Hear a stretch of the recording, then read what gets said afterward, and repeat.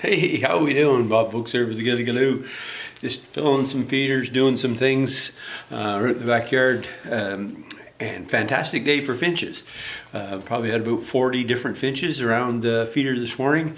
Both feeders, we had the male female pileated around this morning, and lots of reports at the store that the red poles and siskins are starting to show up at feeders, so this a little more consistently cold weather, so they're starting to move down out of the boreal forest. And we had some great discussion and some popularity around a post this past week or so on the dark-eyed Juncos. A fantastic little bird, loved by lots of people, and very sociable little guy that spends all of his time on the ground and stuff. So we thought we'd talk about the dark-eyed Junco today.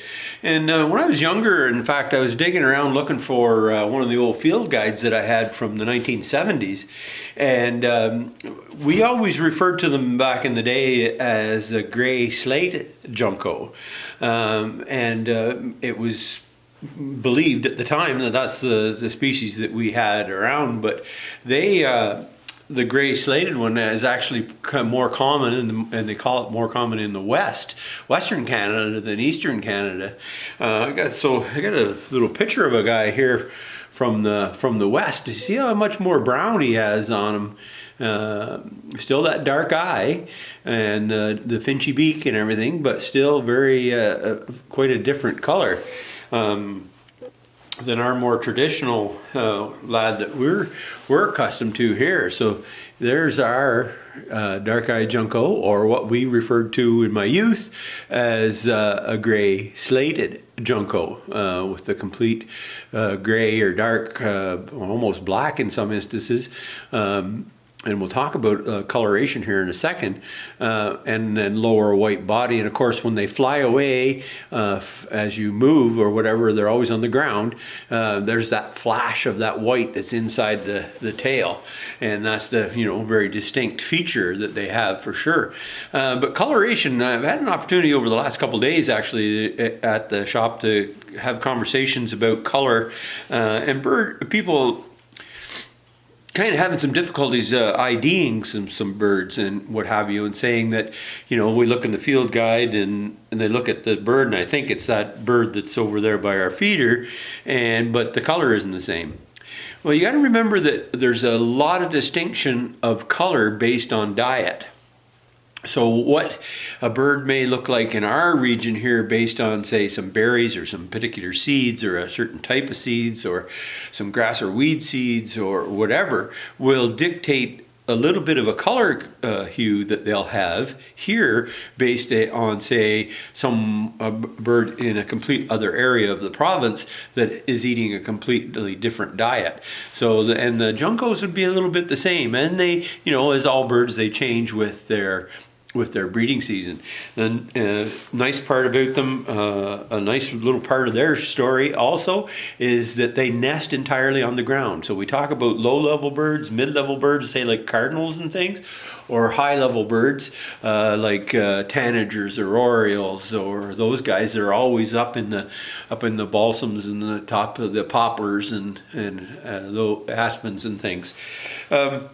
Their song of the is a very trilly little song that they have. They really aren't too vocal. The males in courtship will sit up in a tree and sing. I don't know if you've ever heard that, but these males.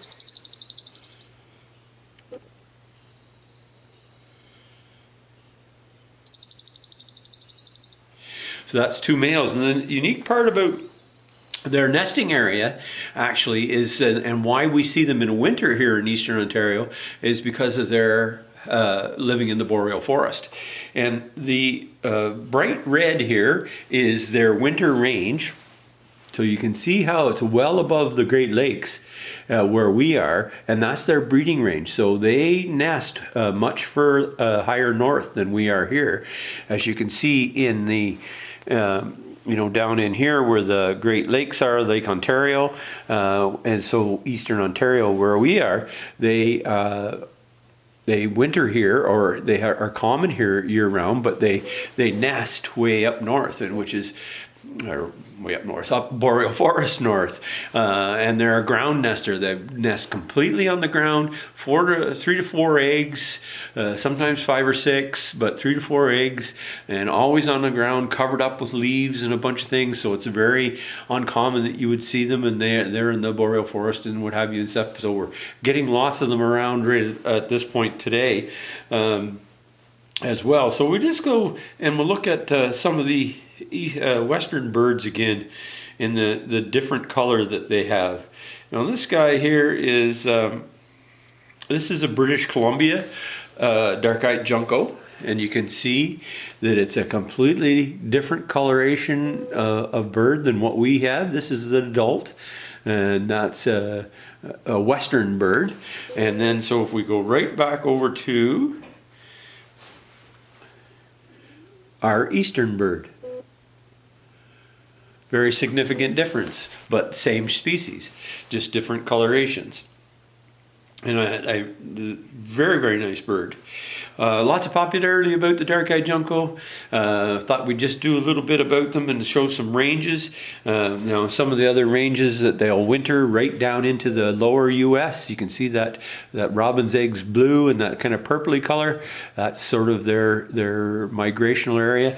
Some of the males will stay a little further north in the winter than the females, and we may see a lot of the males and stuff around our feeder. And you'll notice that they're always on the ground, aren't they? So it's a unique bird that way.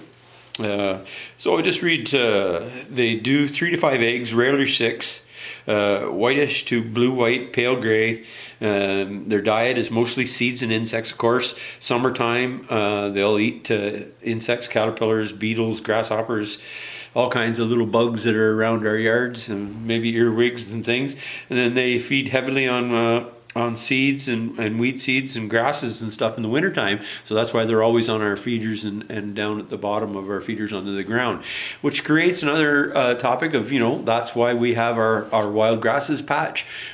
Always birds in there. There's still birds in there throughout every day pretty well. I see birds there in the morning before I leave. Anyway, have yourself a great day, and thanks for stopping by. Common redpolls, pine siskins, they're a-coming.